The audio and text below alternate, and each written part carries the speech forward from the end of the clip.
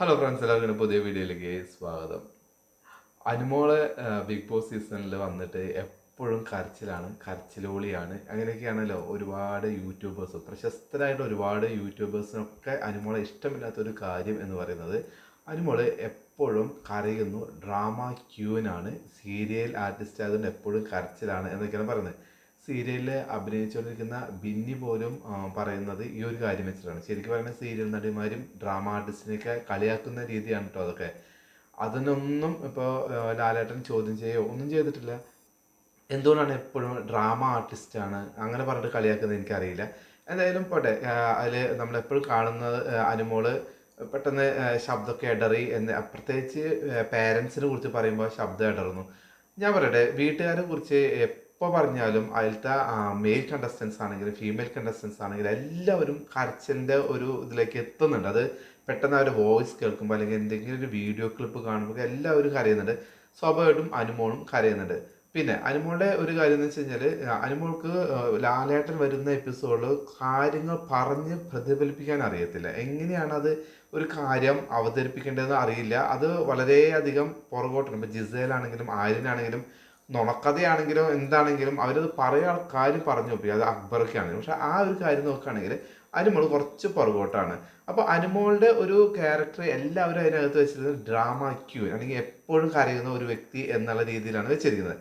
പക്ഷെ അനുമോളെ അറിയുന്ന ഒരുപാട് ആർട്ടിസ്റ്റുകളുണ്ട് അല്ലേ. ഇപ്പോൾ സീരിയൽ ആർട്ടിസ്റ്റ് ആണെങ്കിലും ടി വി മേഖലയിലത്തെ സിനിമാ മേഖലയിലത്തെ ആളുകളാണെങ്കിലും ഒരുപാട് ക്ലോസ് ആയിട്ടുള്ള അനുവിൻ്റെ ഫ്രണ്ട്സ് ഒക്കെ പറയുന്ന അനുവിൻ്റെ ക്യാരക്ടർ ഇങ്ങനെ തന്നെയാണ്, ഇത് തന്നെയാണ് അനു, റിയൽ ആയിട്ട് അനു ഇങ്ങനെയാണെന്നാണ് അവരെല്ലാവരും പറയുന്നത്. ഈ അടുത്ത് അഭിഷേക് ശ്രീകുമാർ എന്നുണ്ട്, നമ്മുടെ season 6 Bigg Boss season 6 Abhishek Sreekumar. അദ്ദേഹം വൈൽഡ് കാർഡ് എൻട്രി ആയിട്ട് വന്നാണ്. ഒരു മെയിൽ ഷോവനിസ്റ്റ് എന്ന രീതിയിലൊക്കെയാണ് അദ്ദേഹം ആദ്യം വന്നത്. അദ്ദേഹത്തിന് ഗേ അല്ലെങ്കിൽ ലെസ്ബിയൻ അങ്ങനെയുള്ള ഒരു റിലേഷനിലും പെട്ടവരെ ഇഷ്ടമല്ല എന്നുള്ള രീതിയിലൊക്കെ വന്നു കയറിയുള്ള ഒരു അഭിഷേകാണ്. വന്നപ്പോൾ തന്നെ യെല്ലോ കാർഡൊക്കെ കിട്ടി, ഭയങ്കരമായിട്ട് വൈറലായിട്ടുള്ള ഒരു ബിഗ് ബോസ് താരമാണ്. അപ്പം അദ്ദേഹത്തിൻ്റെ ജാങ്കോ സ്പേസ് ടി വിയിൽ ഒരു ഇൻ്റർവ്യൂ ഉണ്ടായിരുന്നു.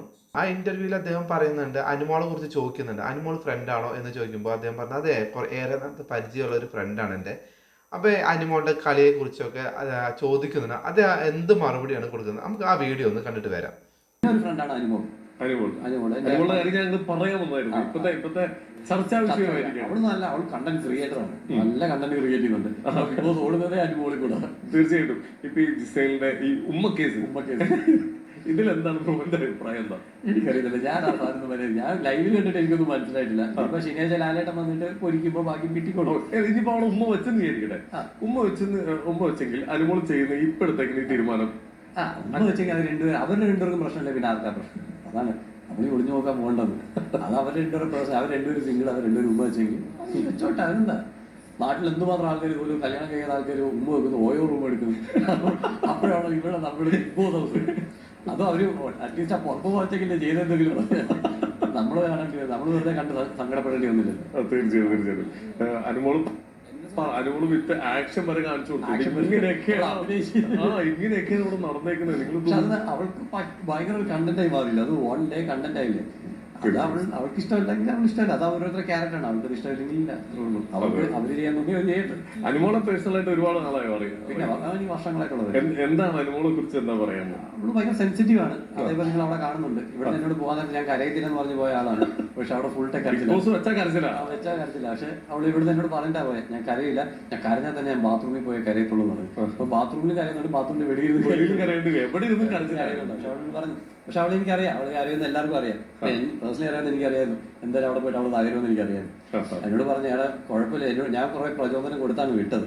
അപ്പൊ എന്തായാലും തിരിച്ചു വരുമ്പോ അതിനുള്ളത് എനിക്ക് കിട്ടും. ഈസിയാണ് അങ്ങനെയാണെങ്കിൽ. കാരണം അവളും പറഞ്ഞു ബിഗ് ബോസ് അവള് സിമ്പിൾ ആയിട്ട് ഇപ്പൊ ഞാൻ പോയിട്ട് അനുഭവിക്കട്ടെ എന്ന് വെച്ചു. പോയിട്ടൊക്കെ വരട്ടെ. ശരിക്കും അനുമോളിനെ സംബന്ധിച്ച് നമുക്ക് എല്ലാവർക്കും അറിയാം, നമ്മൾ തൊട്ടാവാടി എന്ന് പറയാം. എന്ത് പറഞ്ഞാലും അപ്പൊ കരയും, അതുള്ളതാണ്. പക്ഷെ പിന്നെ പിടിച്ചു നിൽക്കണമെന്ന് എനിക്ക് തോന്നുന്നു ബിഗ് ബോസ് സ്വഭാവം. അത് വേറെ ഒന്നും കൊണ്ടല്ലേ, ഇറങ്ങി പോകാൻ പറ്റുന്ന ചാടി ഇറങ്ങി പോയെന്ന് ചിലപ്പോ അത് അവിടുന്ന് പറ്റൂല, നമുക്ക് അറിയാം. തീർച്ചയായിട്ടും. അതുപോലെ നമ്മുടെ രേണു ചേച്ചി. അപ്പൊ ഈ വീഡിയോയിൽ കൃത്യമായിട്ട് അഭിഷേക് ശ്രീകുമാർ എന്താണ് പറയുന്നത് നമ്മൾ കണ്ടു. എന്താ പറയുന്നത്?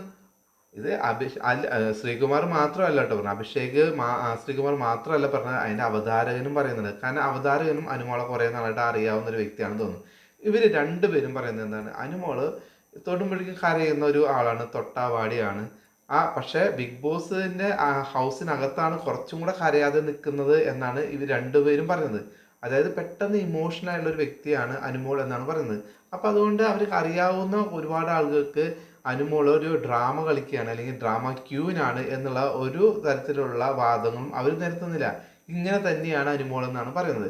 എനിക്ക് തുടക്കത്തിൽ എനിക്കും തോന്നിയിരുന്നു, ഈ അനുമോൾ കളിച്ച് വന്ന സമയത്തൊക്കെ എനിക്ക് തോന്നിയത് എന്താണ് ഇങ്ങനെ കരയുന്നത്, ഇമോഷൻ. പക്ഷേ അനുമോള് കരയുന്നത് അത് മനസ്സിൽ തട്ടിയിട്ടാണ് കരയുന്നത്. അല്ലാണ്ട് ഞാനിവിടെ കരഞ്ഞ എനിക്കൊരു സ്ക്രീൻ സ്പേസ് കിട്ടും, അല്ലെങ്കിൽ ജനങ്ങളുടെ ഇടയിൽ എനിക്ക് ഒരു സഹതാപം കിട്ടും, അങ്ങനെ ഒരു രീതിയിലല്ല കേട്ടോ അനുമോള് കരഞ്ഞിട്ടുള്ളത്. എനിക്ക് അങ്ങനെയാണെങ്കിൽ വീക്കെൻഡ് എപ്പിസോഡിൽ ലാലേട്ടൻ വന്നിട്ട് വളരെയധികം വഴക്ക് പറയുന്ന സമയത്ത് വേണമെങ്കിൽ അനുമോൾക്ക് ഭയങ്കര ഇമോഷണൽ ബ്രേക്ക് ഡൗൺ ഒക്കെ ആയിട്ട് കാണിക്കാമായിരുന്നു. അതൊന്നും കാണിച്ചില്ല. അപ്പം എല്ലാവരും പറയും അത് അനുമോളുടെ അവിടെയാണ് അനുമോളുടെ രണ്ട് മുഖം കാണുന്നത്.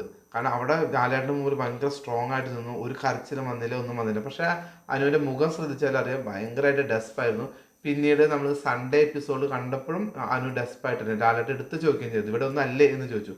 നമ്മൾ അങ്ങനെ ഒരു സ്പേസിൽ നിന്ന് പൊട്ടിക്കരയേണ്ട ഒരു സിറ്റുവേഷനൊന്നും അവർക്ക് അവിടെ കൊടുക്കണമെന്ന് തോന്നിയിട്ടുണ്ടാവില്ല, അതുകൊണ്ട് കൊടുത്തില്ല.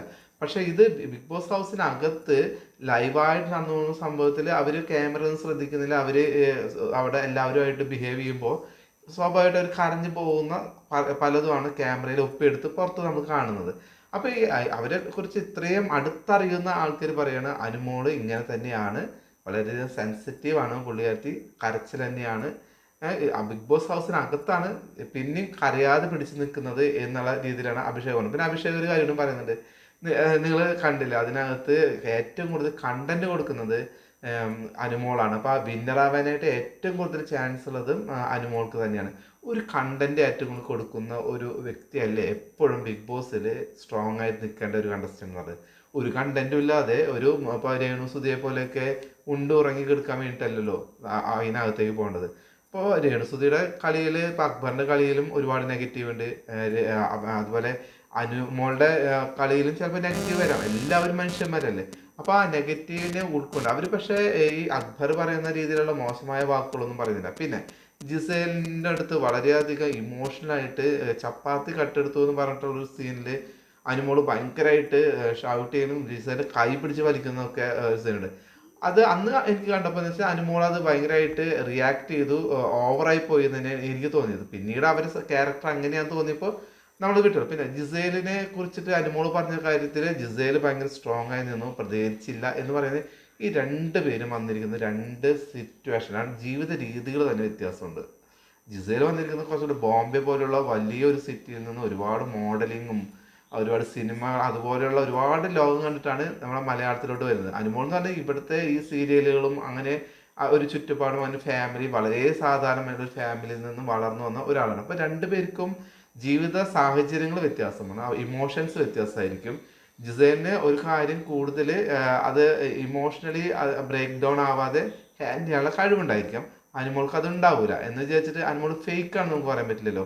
അങ്ങനെയാണെങ്കിൽ നമുക്കും പറയാമല്ലോ ജിസേൽ ഫേക്കാണ്, ജിസേൽ ഒരു ഇത്രയും വലിയൊരു ഇതുണ്ടായിട്ട് കരച്ചിൽ പോലും വന്നില്ല, ഞാൻ സ്ട്രോങ് ആണെന്ന് കാണിക്കാൻ വേണ്ടി അഭിനയിക്കുക, അങ്ങനെയും പറയാമല്ലോ. അങ്ങനെ പറഞ്ഞിട്ടില്ല. അപ്പോൾ രണ്ടുപേർക്ക് രണ്ട് വ്യക്തിത്വമാണ്. അത് തന്നെയാണല്ലോ ബിഗ് ബോസ് എന്ന് പറയുന്നത്.